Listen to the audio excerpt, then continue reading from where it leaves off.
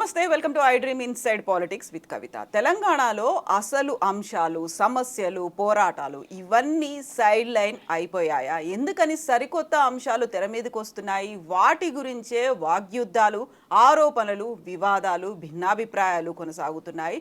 అసలు లేవనెత్తాల్సినటువంటి అంశాలు ఏంటి? దేని మీద ఫోకస్ పెట్టాల్సినటువంటి అవసరం ఉంది? ఈ డైవర్షన్ రాజకీయాలు ఎవరు చేస్తున్నారు? ఎంతకాలం కొనసాగుతాయి? మనతో పాటుగా ఉన్నారు పొలిటికల్ అనలిస్ట్ ప్రకాష్ గారు. ప్రకాష్ గారు, నమస్కారం అండి. సో మనం గతంలో చూసాము 6 గ్యారంటీ స్కీములు, లేకపోతే రుణమాఫీ, నిరుద్యోగులకు సంబంధించి నియామకాలు, ఇవన్నీ పక్కదారి పట్టడానికే హైడ్రా వచ్చిందని. ఇప్పుడు హైడ్రాని పక్కదారి పట్టించడానికి సరికొత్తగా ఇంకొక అంశం వచ్చింది అని వినిపిస్తున్నప్పుడు, ఫిరాయింపుదారులకు సంబంధించి హైకోర్టు ఇచ్చినటువంటి మార్గదర్శకాలను పక్కదారి పట్టించడానికి ఇద్దరు ఎమ్మెల్యేల మధ్య ఒక గొడవ, దాడులు, మాటల యుద్ధాలు. ఎందుకలా? ఏం జరుగుతోంది? డైవర్షన్ పాలిటిక్స్ పెద్ద చరిత్ర ఉంది. దాదాపుగా నీలం సంజీవ్ రెడ్డి కాలం నుంచి కూడా డైవర్షన్ పాలిటిక్స్ ఉన్నాయి. ఈ డైవర్షన్ పాలిటిక్స్కు గురువు ఎవరు అంటే తెనాలి రామకృష్ణుడు. ఆయన ఏమంటాడంటే, ఒక గీతను ముట్టుకోకుండా దాన్ని చిన్నగా చేయాలంటే పక్కన పెద్ద గీత గీయాలి. ఇదే డైవర్షన్ పాలిటిక్స్ మూలం. ఏదన్నా ఒక ఇష్యూ ఉన్నప్పుడు దాన్ని ప్రజల దృష్టి నుంచి తప్పించాలంటే ఇంకొకటి ప్రజల దృష్టిని ఆకర్షించాలి. కాబట్టి ఒక పెద్ద ఇష్యూని క్రియేట్ చేయాలి. అట్లా ఆ ఇష్యూస్ని క్రియేట్ చేసే క్రమంలో మత కల్లాలు వచ్చినాయి, ఎంతోమందిని చంపేశారు. ఈ డైవర్షన్ పాలిటిక్స్ కోసమే తమ సీట్ని కాపాడుకోవడానికి థ్రెట్ వచ్చినప్పుడు చాలా చేశారు. ఇట్లాంటి ఎలక్ట్రానిక్ మీడియా వచ్చినాక ఎక్కువ ఎక్స్పోజ్ అవుతున్నాయి. అంతకుముందు కూడా ఉన్నాయి, కానీ అప్పుడు ప్రింట్ మీడియా కాబట్టి పెద్దగా ఎక్స్పోజ్ కాలే. ఇప్పుడు ప్రజలు చూస్తున్నారు, బాడీ లాంగ్వేజ్ని అర్థం చేసుకుంటున్నారు. కొంతమంది విఘ్నులైన వాళ్ళకు పాలిటిక్స్ని క్లోజ్గా అబ్జర్వ్ చేసుకునే వాళ్ళకి తెలిసిపోతుంది వీడు పక్కదారి పట్టేయడానికి ఇష్యూ తీసుకొచ్చాడు అని. అయితే ఇవి మొదటి నుంచి ఉన్నాయి చరిత్రలో. అయితే నిజాయితీగా ప్రజల పట్ల ఒక ప్రేమ, మమకారం ఉండి పాలన చేసే వాళ్ళకి డైవర్షన్ పాలిటిక్స్ అనేటివి ఉండవు. బట్ తను చేసిన తప్పులను కప్పిపుచ్చుకోవడానికి, ప్రజల దృష్టిని మళ్లించడానికి కొంతమంది ఇటువంటివి చేస్తూ ఉంటారు. కాంగ్రెస్ పాలనలో ఉండేది కొంత, బట్ ఈ మధ్య కాలంలో ఇవి ఎక్కువైపోయినాయి. చంద్రబాబు ఇందులో ఆద్యుడు. ఆయన కూడా ఏంటంటే, ఎప్పుడైనా తను తెలియచేసినా ఒకటి తప్పు జరిగినప్పుడు దాన్ని వెంటనే ప్రజల దృష్టి నుంచి తప్పించడానికి ఇంకో ఇష్యూ ముందు పెట్టేవాడు. రాజశేఖర రెడ్డి ఏమో చాలా తెలివిగా పెట్టేవాడు, అది అర్థం చేసుకునే పరిస్థితి ఉండేది కాదు. కానీ వెంటనే అది ఇంపార్టెంట్ ఇష్యూ అని చెప్పి ప్రజలు కూడా ఫీల్ అయ్యేవాళ్ళు. టీఆర్ఎస్ పాలనలో అటువంటి అవసరం కేసీఆర్కి అయితే రాలేదు. ఎప్పుడు కూడా ఆయన డైవర్షన్ పాలిటిక్స్ చేసిన ఉదాహరణలు అయితే నాకు గుర్తులేవు. ఏమైనా ఎవరంటూ చెప్పాల్సిందే.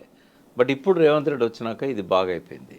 ఆయన వచ్చిన 9 నెలల్లోనే డైవర్షన్ పాలిటిక్స్ చాలాసార్లు జరిగినాయి. అంటే ప్రజల దృష్టిని మళ్లించాలి, వాగ్దానాలు, హామీలు విఫలమవుతున్నప్పుడు ఇవన్నీ కూడా ఆయన తీసుకొస్తున్నాడు. ఆయన మాటల్లో ఉంటుంది, అది ఆయన ఎమ్మెల్యేల ద్వారా చేయిస్తున్న కార్యక్రమాల్లో కూడా ఉంటుంది. అసెంబ్లీలో కూడా జరుగుతూ ఉంది ఆ డైవర్షన్ పాలిటిక్స్ అనేటి. అందులో అబద్ధాలు చెప్పడము, డిస్టార్ట్ చేయడం కూడా డైవర్షన్ పాలిటిక్స్లో భాగమే. సభ దృష్టిని తప్పించడం ఇదంతా కూడా. అంటే ఇవాళ కౌశిక్ రెడ్డి కానీ, గాంధీ కానీ వీళ్ళు చేసింది కూడా హైకోర్టు ఇచ్చిన తీర్పును కొంత పక్కకు పోయే విధంగా ఉంటుంది. ఎందుకంటే అందులో గాంధీ లేడు, కేవలం 3 ఎమ్మెల్యేల మీదనే వాళ్ళు ఇచ్చారు. తెల్ల వెంకటరావు మారింది, అందరూ కలుపుకుంటే 10 మంది దాకా ఉన్నారు కదా. ఈయన ఇప్పటికీ నేను బీఆర్ఎస్ లోనే ఉన్నాను, నేనేం కండువా మార్చుకోలేదని ఆయన అనకపోయినా కూడా బీఆర్ఎస్ కదా టెక్నికల్గా. ఇప్పుడు మనం అసెంబ్లీ రూల్స్ ప్రకారంగా ఆయన ఇంకా బీఆర్ఎస్ఏ. ఎలక్షన్ కమిషను లేదా స్పీకరు డిస్క్వాలిఫై చేసేదాకా, రేపు హైకోర్టు డిస్క్వాలిఫై చేసేదాకా వాళ్ళు టెక్నికల్గా బీఆర్ఎస్ఏ. వాళ్ళు బీఆర్ఎస్ సంఖ్యను చూపెట్టేటప్పుడు వీళ్ళని కలిపే చూపెడతారు. 39 మందిలో 38 మంది, ఒకరు కాంగ్రెస్ గెలిచినా కూడా కంటోన్మెంట్ 38 మంది బీఆర్ఎస్ కిందనే ఉన్నారు ఇప్పుడు అఫీషియల్గా. కాబట్టి ఆయన చెప్పుకోవాల్సిన అవసరం ఏం లేదు. కానీ హైకోర్టు ఏదైతే ఇచ్చిందో యాంటీ డిఫెక్షన్, దానికి సంబంధించి వెంటనే షెడ్యూల్ను ప్రకటించండి అని చెప్పి స్పీకర్కి ఆదేశాలు ఇచ్చారో దాన్ని కొంత డైల్యూట్ చేయడానికి ఇది పనికొస్తుంది. నిన్న కౌశిక్ రెడ్డి వాళ్ళే పోయి దాన్ని ఇంప్లిమెంట్ చేయండి అన్నారు. ఇలా వాళ్ళు చేసిన పని వల్లనే అది డైవర్ట్ అయిపోయింది. అంటే కొందరేమో ఉద్దేశపూర్వకంగా డైవర్షన్ పాలిటిక్స్ చేస్తారు, కొందరేమో తెలిసి తెలియక యాదృచ్ఛికంగా చేస్తారు.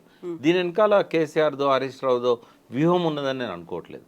ఇది కౌశిక్ రెడ్డి ఇమ్మెచ్యూర్డ్గా సడన్గా ఈ రెచ్చగొట్టే విధంగా చీరగాజులు చూపెట్టి ఈ గాంధీని రెచ్చగొట్టే విధంగా ఆయన మాట్లాడిన మాటలు ఈ డైవర్షన్ కారణం తప్ప ఇది పార్టీ ఆలోచించి తీసుకున్నదో, కౌశిక్ రెడ్డి తీసుకున్న నిర్ణయాన్ని ఈ రకంగా మాట్లాడతాడని అనుకోకుండా వాళ్ళు ఇచ్చిన పర్మిషను, కానీ ఇంటెన్షనల్గా డైవర్ట్ చేయడానికి బీఆర్ఎస్ చేసిన ప్రయత్నం కాకపోవచ్చు అని నేను అనుకుంటున్నా. బట్ ఏమైనా డైవర్షన్ పాలిటిక్స్ మంచిది కావు. నేరుగా ప్రజలతో విషయాలు చెప్పగలగాలి, ఎడ్యుకేట్ చేయగలగాలి. కానీ అంటే మనల్ని ఏమంటారంటే వీళ్ళు ఎప్పుడో శతకాల మనుషులు ఇట్లా మాట్లాడుతున్నారు, ఈ రోజుల్లో ఇట్లా జరుగుతుందా అనేది కూడా కామెంట్స్ వస్తాయి కింద.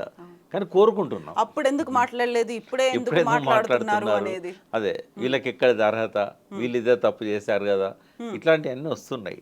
అప్పుడు ప్రకాష్ గారు ఎందుకు రెస్పాండ్ అవ్వలేదు, అప్పుడు ఎందుకు కవిత ప్రశ్నించలేదు, ఇవన్నీ వస్తే వాస్తవమే. బట్ మా లిమిటేషన్స్ అంతే. ఇప్పుడు ఎవరి లిమిటేషన్స్ వాళ్ళకు ఉంటాయి. నాకున్న లిమిటేషన్ ఏంటంటే గవర్నమెంట్లో భాగమై ఉన్నా. ఒకవేళ భాగంగా లేకపోతే నేను మాట్లాడేవాడిని. భాగంగా ఉన్నప్పుడు మీడియా ముఖంగా మాట్లాడలేము. వాళ్ళకి చెప్పగలుగుతాం ఇది తప్పు, ఇది కరెక్ట్ కాదు, ఇట్లా మార్చుకోవాలి. కానీ మీడియా ముఖంగా మాట్లాడితే ఏమైందంటే అది వయలేషన్ చేసినట్టు అవుతుంది. వాళ్ళు ఇచ్చిన స్వేచ్ఛను దుర్వినియోగం చేసుకున్నట్టు అవుతుంది. ఎవరైనా అంతే. ఇప్పుడు రేవంత్ రెడ్డి సీఎం స్థానంలో ఉన్నాడు. అంతకుముందు ప్రతిపక్ష నాయకుడిగా ఉన్నప్పుడు మాట్లాడినట్టు మాట్లాడకూడదు. బట్ ఆయన ఆ గీతం చెరిపేశాడు.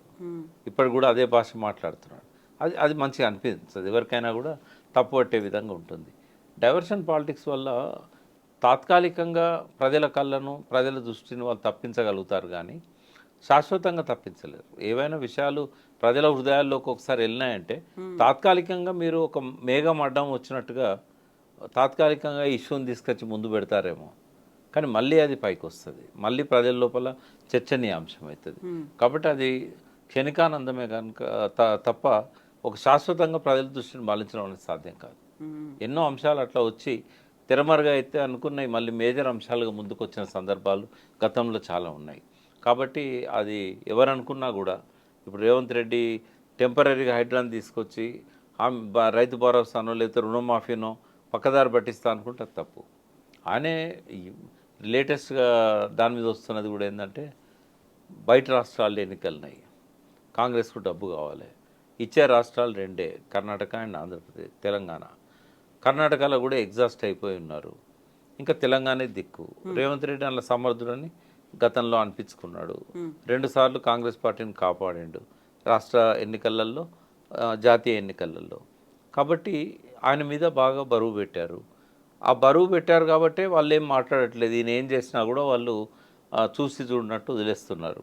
యాంటీ డిఫెక్షన్ లాంటి అంశాలను కూడా వాళ్ళ నిర్ణయాలకు, వాళ్ళ పార్టీ విధానానికి వ్యతిరేకమైనా కూడా రేవంత్ రెడ్డిని మందలించడం లేదు.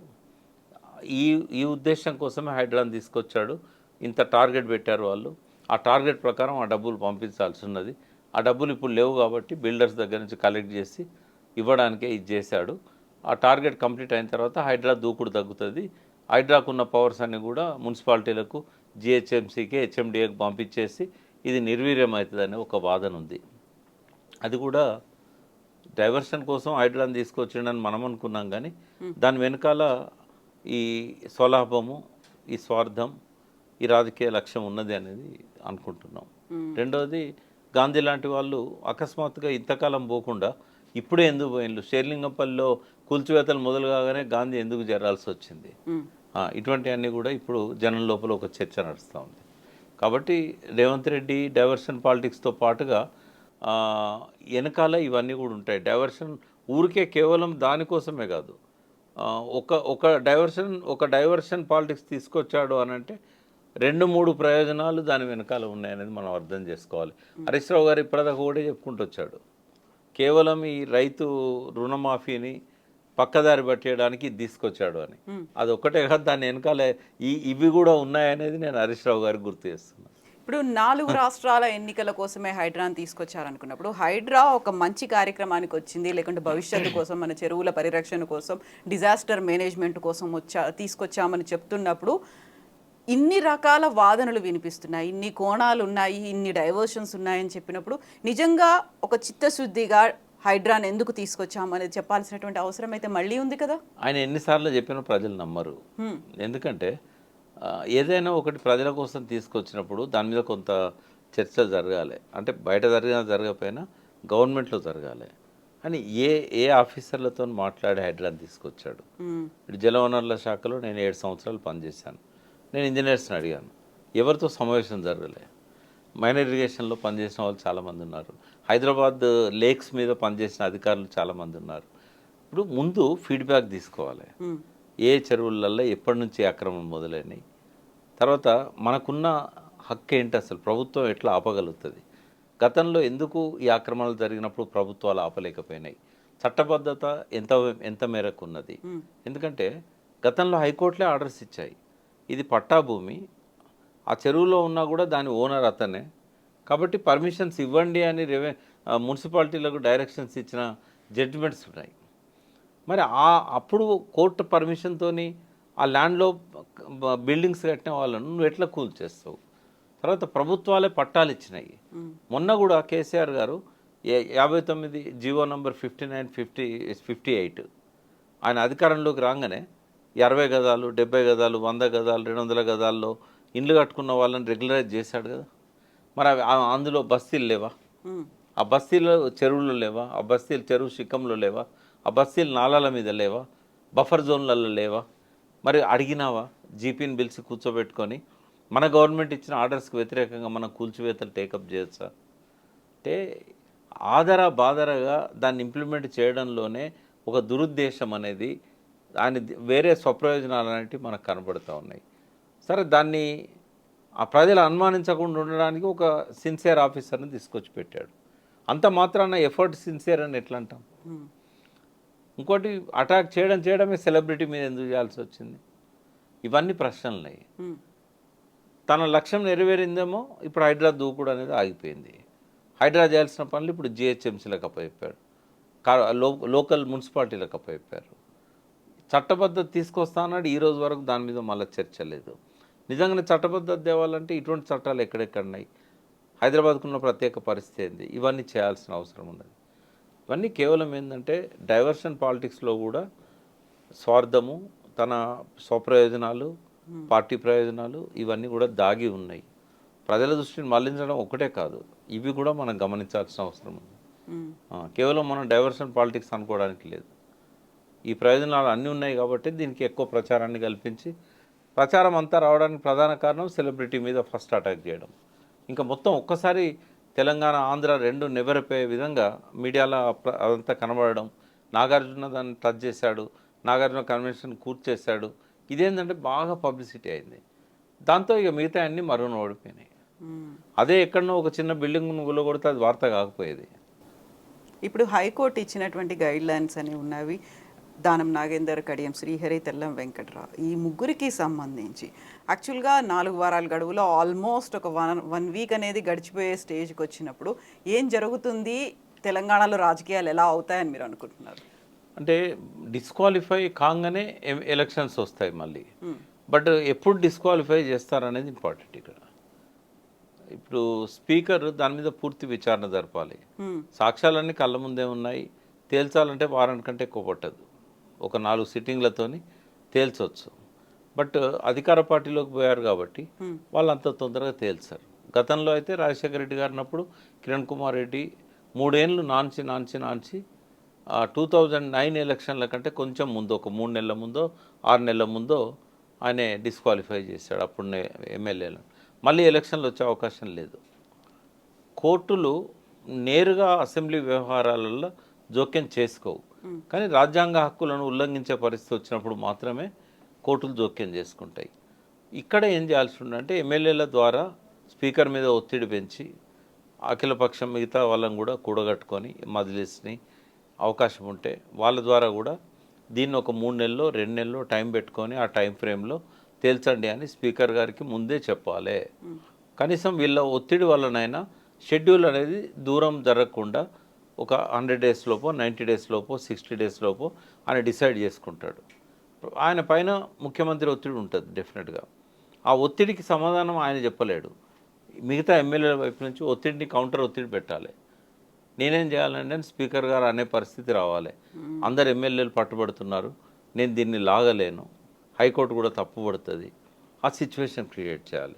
ఒక్కసారి ఇది వీళ్ళు కనుక డిలే చేసి ఇవ్వకపోతే మళ్ళీ ఇదే కౌశిక్ రెడ్డి, వివేకానంద మళ్ళీ హైకోర్టుకు పోయి మళ్ళీ వాళ్ళ దృష్టికి తీసుకొచ్చి మీరే టైం ఫ్రేమ్ పెట్టండి, స్పీకర్ గారు పెట్టిన టైం ఫ్రేమ్లో కట్టుబడి ఉండట్లేదు, విచారణ సవ్యంగా జరగడం లేదు, లేదా స్పీడప్ కావడం లేదు. కాబట్టి మీరే ఒక నిర్ణయం తీసుకోండి, లేదా మీరే టైం ఫ్రేమ్ డిసైడ్ చేయండి. ఫలానా తేదీ లోపల తేల్చకపోతే హైకోర్టు జోక్యం చేసుకుంటుంది అనే విషయాన్ని మరొకసారి మీరు చెప్పాలి అని చెప్పి వీళ్ళు కోర్టును మళ్ళీ అప్రోచ్ కావాల్సి వస్తుంది. అయినప్పుడు మళ్ళీ కోర్టులో వాదోపవాదనలు జరుగుతాయి. సుప్రీంకోర్టు నుంచి అడ్వకేట్లను తీసుకొస్తారు. వాళ్ళు వచ్చి కొత్తగా చేసేది ఏముండదు, కొద్దిగా టైం బారో చేస్తారు. వాళ్ళని చూసి వీళ్ళు నో అని చెప్పలేరు టైం అడిగితే. వాళ్ళ కోసం అవకాశం ఇస్తారు. ఎంత లాగినా కూడా 1-1.5 సంవత్సరాలు లాగగలుగుతారు. ఈ లోపల ఒకవేళ మిగిలిన ఎమ్మెల్యేలను కూడా రేవంత్ రెడ్డి తన దిక్కు తెచ్చుకోగలిగితే పార్టీకి పార్టీ విలీనమైనట్టు ప్రకటిస్తారు. ప్రతిపక్ష హోదా లేకుండా పోవడం, ప్రతిపక్ష హోదా లేకపోయినా పర్వాలేదు, పార్టీ ఏమవుతుందంటే కంప్లీట్గా లెజిస్లేచర్ పార్టీ విలీనమైనట్టుగా ప్రకటిస్తారు. అంటే ఇవన్నీ కూడా రేపటి రోజు టైం బారో చేయడం వల్ల రేవంత్ రెడ్డికి ఉండే అడ్వాంటేజ్ ఏంటి అంటే మిగిలిన ఎమ్మెల్యేలను కూడా నయాన్నో భయాన్నో తమ దిక్కు తెచ్చుకోవడానికి ఒక అవకాశం ఉంటుంది. ఇటువంటివన్నీ కూడా పార్టీ ఊహించి ఇట్లా జరుగుతుందని చెప్పి ఆలోచించి పార్టీని బలోపేతం చేయాలి, పార్టీ ప్రక్షాళన జరగాలి. ఇట్లా ఉండాలనడానికి ఒక చరిత్రలో ఒక ఆధారం ఉంది. పార్టీ ఎమ్మెల్యేలు పార్టీ నాయకుడిని ధిక్కరించినప్పుడు వాళ్ళని వెనక్కి తీసుకురావడానికి చట్టబద్ధంగానే కాకుండా ప్రజల మధ్య కూడా ఎటువంటి పరిస్థితిని క్రియేట్ చేయగలిగారు చరిత్రలోకి ఒక్కసారి పోవాలి. అందులో కేసీఆర్ది కూడా కీలక పాత్ర. ఎన్టీ రామారావును వెన్నుపోటు పొడిచి నాదెండ్ల భాస్కర్రావు ఎప్పుడైతే ముఖ్యమంత్రి అయిండో నెల రోజుల లోపల ఆయన గద్దె దించడానికి ప్రజల్లోకి వెళ్ళి వాళ్ళని ఆర్గనైజ్ చేసి వాళ్ళకి విషయాలని చెప్పి వాళ్ళ ఎమ్మెల్యేల ఇంటి ముందట ధర్నాలు చేసి వాళ్ళని గెరావులు చేసి బయటికి రానియకుండా చేసి వాళ్ళ ఆస్తులను ధ్వంసం చేసి భార్య పిల్లల్ని భయభ్రాంతులను చేసి పోయిన ఎమ్మెల్యేలను మళ్ళీ వెనక్కి వచ్చేటట్టుగా ఎన్టీ రామారావు చేయగలిగాడు. ఆ పరిస్థితి ఇప్పుడు ఎందుకు లేదు?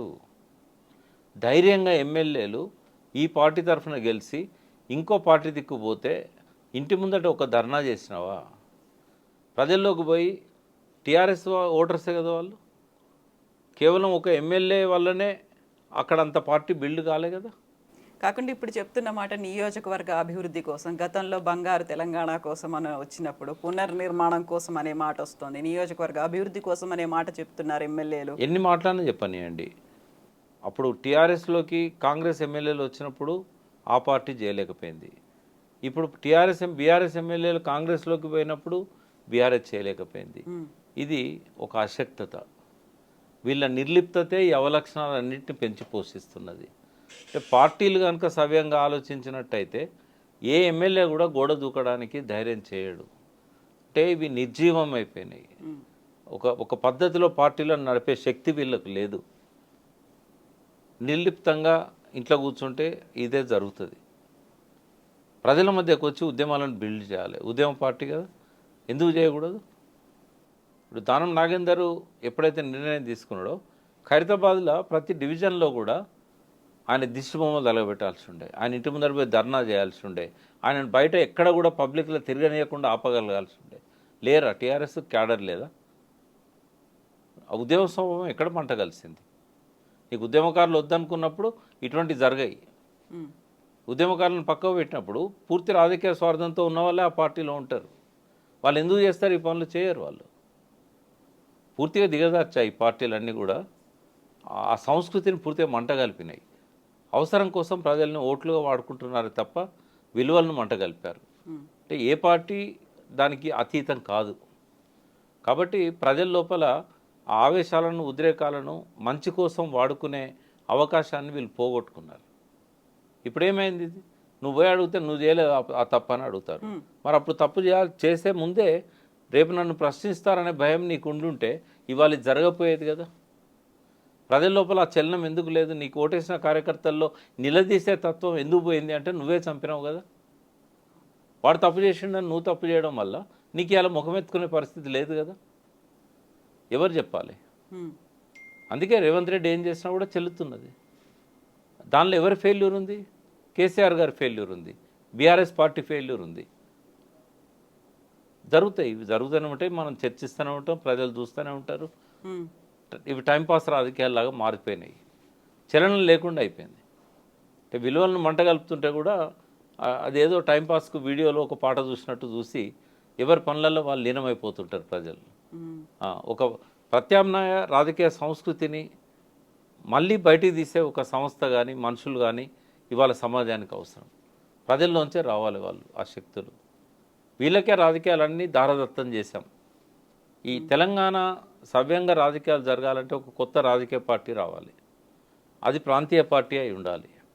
ఈ జాతీయ పార్టీల పనిచేయవు. వాట్ అబౌట్ బీఆర్ఎస్ సరిపోవట్లేదా, లేకుంటే బీఆర్ఎస్ ఇప్పుడు అంత ప్రత్యామ్నాయంగా కనిపించట్లేదా? 9 నెలల్లోనే ఇంత మార్పు వచ్చేసిందా? ఫెయిల్యూర్స్ అన్నీ ముందర పెట్టుకున్నారు, బయటికి రావడం లేదు. ఒక వరదలు వచ్చినప్పుడు హరీష్ రావు తిరగడంతో పార్టీ బతకదు కదా. ఎన్నిసార్లు చెప్పుకున్నాం ప్రక్షాళన చేయాలి, మళ్ళీ పునర్జీవం పోయాలి. ఎంతమంది యంగ్ కార్యకర్తలు ఉన్నారు బీఆర్ఎస్కి, వాళ్ళ పట్టించుకున్న వాడేవాడు.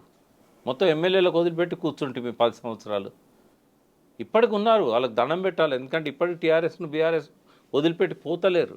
ఇంకా నమ్ముకుంటాను రేపు బీఆర్ఎస్ టీఆర్ఎస్ అవుతుంది, మళ్ళీ మా సార్ లేచి వస్తాడు, మళ్ళీ ఉద్యమ స్వభావం ఉంటుంది ఈ పార్టీకి అని అనుకుంటున్నారు. ఇప్పటికి కూడా పట్టించుకోకపోతే ఇంకా మళ్ళీ మీకు స్థానం ఎక్కడుంటుంది? చాలా తొందరలో ఇంకొక గ్యాప్ ఫిలప్ చేసే వ్యక్తులు వస్తున్నారు. అందుకే ఒకవేళ ప్రజల లోపల మళ్ళీ రావాలి అనుకున్నప్పుడు క్లీన్ హ్యాండ్స్తో రావాలి బీఆర్ఎస్. మేము చేసిన తప్పులన్నీ మా వెనకాల పెట్టుకుంటాం మళ్ళీ వస్తామంటే ప్రజలు యాక్సెప్ట్ చేయరు. కొన్నైనా ఒప్పుకోవాల్సి వస్తుంది ప్రజల ముందుకు వచ్చి. ఇండోర్ మీటింగ్లను ఒప్పుకోండి, బయట ఒప్పుకోకపోయినా ఇండోర్ మీటింగులనైనా మేము ఈ తప్పులు చేసాం, ఇక ముందు మళ్ళీ అవకాశం ఇస్తే మేము చెయ్యం, మళ్ళీ ఒకసారి పార్టీని మనం ఉద్యమ పునాదుల మీద బిల్డ్ చేద్దాం. చాలామంది నాతో ఉన్నది ఏంటంటే మళ్ళీ వెనుకటి కేసీఆర్ కావాలి, ఆయన ఉద్యమకాలం నాటి స్వభావాన్ని ఆయన సంతరించుకుంటే తప్ప ప్రజలు యాక్సెప్ట్ చేయరు అనేది మేధావి వర్గాల నుంచి వస్తున్నది. బాగా బీఆర్ఎస్ను మొదటి నుంచి చూసిన వాళ్ళు, టీఆర్ఎస్తో మొదట్లో ఉద్యమంలో భాగమైన వాళ్ళు చెప్పేది ఏంటంటే ఆయన తప్పులు చేసినా ఆయనకు యాక్సెప్టెన్స్ ఉంటుంది, కానీ పిలిచి మళ్ళీ మాట్లాడాలి, ఏ పరిస్థితుల్లో తను పట్టించుకోలేదో చెప్పాలి, ఈ అనర్థాలకు తన పాలనకున్న సంబంధాన్ని చెప్పగలగాలి, క్లీన్ హ్యాండ్స్తో ప్రజల్లోకి రావాలి. ఆయనకున్న చరిష్మా ఇప్పటికీ ఎవరికి లేదు. ఆ నాయకత్వం పట్ల ప్రజలు ఇప్పటికీ నమ్ముతారు. బట్ నేను ఇట్లే ఉంటా, దిక్కులేక మళ్ళీ నన్నే ఎన్నుకుంటారనే వైఖరితో కనుక కేసీఆర్ ఉన్నట్టయితే ఆ స్థానాన్ని వాళ్ళు పోగొట్టుకుంటారు. అంటే ఒక ఏమొస్తుందంటే అవతలి వాళ్ళ ఫెయిల్యూర్ వల్లనే మనకు ఓట్లేస్తారు. రేవంత్ రెడ్డి హామీలు అమలు జరపడంలో ఫెయిల్ అయ్యాడు కాబట్టి ప్రజలకు దిక్కులేదు, దిక్కులేని ప్రజలు మళ్ళీ మమ్మల్నే తెచ్చిపెట్టుకుంటారు అనే ఒక అహంకారం కనుక వాళ్ళ లోపల ఉంటే వాళ్ళ చరిత్ర పరిసమాప్తం. ఎందుకంటే వాళ్ళని తలదన్నే నాయకత్వం వస్తుంది. యంగ్ లీడర్స్లల్లో ఒక కొత్త రాజకీయ పార్టీకి పురుడు పోయాలనే ఆలోచనలు ఉన్నాయి, అవి కార్యరూపం దాలుస్తున్నాయి. మళ్ళీ మీరే కదా అవకాశం ఇచ్చేది. తప్పులుంటే ప్రజల మధ్యకు వచ్చి చెప్పకపోయినా కార్యకర్తల మధ్య చెప్పుకోవచ్చు కదా. మీటింగ్సే జరగట్లేదు కదా. రేపు లోకల్ బాడీస్ ఎలక్షన్స్లలో మళ్ళీ ఆ పార్టీని లేపాలనుకున్నప్పుడు నీకు ఆ పార్టీ నాయకత్వాన్ని బలోపేతం చేయాలి. ఎలక్షన్స్లో రెండిట్లో ఓడిపోయారు కాబట్టి ఎవరు పార్టీ కోసం పనిచేయలేదో తెలిసిపోయింది, ఎవరు అమ్ముడుపోయారో తెలిసిపోయింది, ఎవరి వల్ల పార్టీ నష్టపోయిందో తెలిసిపోయింది. వాళ్ళని పక్కకు పెట్టవచ్చు కదా, ఇన్ఛార్జీలను పెట్టారు, కమిటీలు వేయచ్చు కదా. అంటే ఇదంతా చేయకపోతే ఆ పార్టీ మళ్ళీ అధికారంలోకి వచ్చే అవకాశాన్ని చేతులారా పోగొట్టుకున్న వాళ్ళు అవుతారు. ఇప్పుడు ఉంది, కానీ రేపటి రోజు ఈ 3 పార్టీలే ఉంటాయని గ్యారంటీ లేదు. కొత్త పార్టీలు పుట్టుకొస్తాయి, కొత్త ఐక్య సంఘటనలు కూడా పుట్టుకొస్తాయి. ఇప్పటికీ ఏమైందంటే స్వయం పాలన చేతుల్లోంచి పోయిందనే భావన అనేది మాలాంటి వాళ్ళల్లో వచ్చింది. ఇప్పుడు ఏ పనికైనా కూడా ఢిల్లీ నుంచి అన్న ఆదేశాలు రావాలి, అమరావతి నుంచి అన్న ఆదేశాలు రావాలి. ఆ 2 దిక్కుల నుంచి ఆదేశాలు వస్తేనే ఇక్కడ పనులు జరుగుతున్నాయి. ఇక్కడ ఇవ్వాల్సిన రాజ్యసభ సీటు కూడా వేరే రాష్ట్రం వాళ్ళకి ఇవ్వాల్సి వచ్చింది. అంటే మన ఆత్మగౌరవం కోసం తెచ్చుకున్న తెలంగాణలో స్వయం పాలనను పోగొట్టుకొని మళ్ళీ మన అధికారాన్ని మన పాలనను పరాయి వాళ్ళ చేతుల్లో పెట్టాం.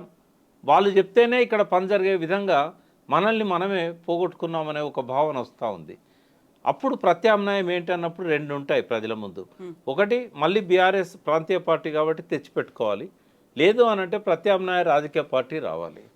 ఇప్పుడున్న పరిస్థితుల్లో మళ్ళీ ప్రత్యామ్నాయ రాజకీయ పార్టీ ఒకటి కొత్తది రావాలనే ఆలోచనల వైపుగా ప్రతి ఒక్కరు ఆలోచిస్తున్నారు. ఎవరు ముందు పడాలి, దానికి ఎవరు గంట కట్టాలి, ఒక కొత్త ఉత్సాహంతో ఇవాళ కాకపోయినా ఎన్నికల నాటికైనా ముందుకు వచ్చే అవకాశాలు ఉంటాయి. ఆ అవకాశాలు ఎవరు ఇస్తున్నారు అంటే బీఆర్ఎస్ఏ ఇస్తున్నది. బీఆర్ఎస్ వెంటనే యాక్టివ్ అయితే కనుక అవకాశం రాదు. అటు ఇటు ఆలోచించే వాళ్ళంతా ఇటువైపు వస్తారు.